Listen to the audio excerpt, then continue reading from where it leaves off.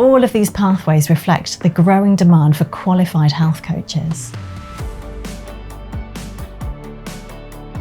There are many and varied ways to practice as a health coach because it's such a growing and emerging field.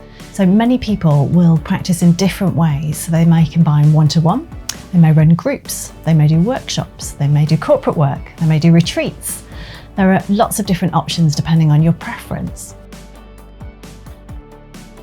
So one-to-one coaching is where many coaches would typically start. So a real sort of individual personalised approach. The benefit of one-to-one coaching is that it's what you've practiced and you're most comfortable with typically as you start to build up your own coaching business. For that coachee, of course, they're getting that dedicated time just for themselves. Many may choose then to expand to work with groups.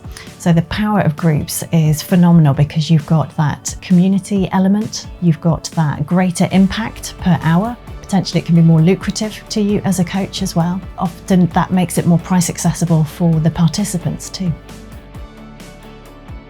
Many companies have recognised that it's no longer sufficient just to provide a good salary, pension, and that they need to look far beyond that if they want to attract, retain and keep their workforce productive.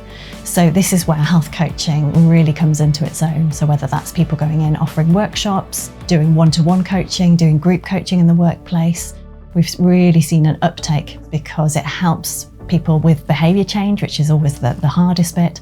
Things like eating differently, sleeping better, de-stressing.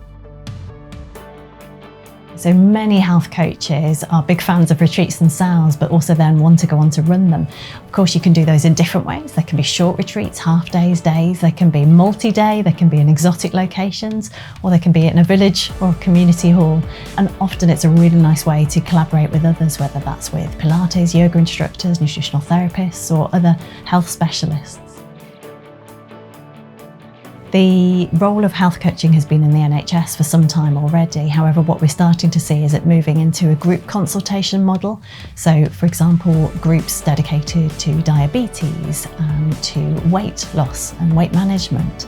So health coaches can go and work alongside other health professionals as part of a multidisciplinary team to really support people to make the changes that they need to improve their health.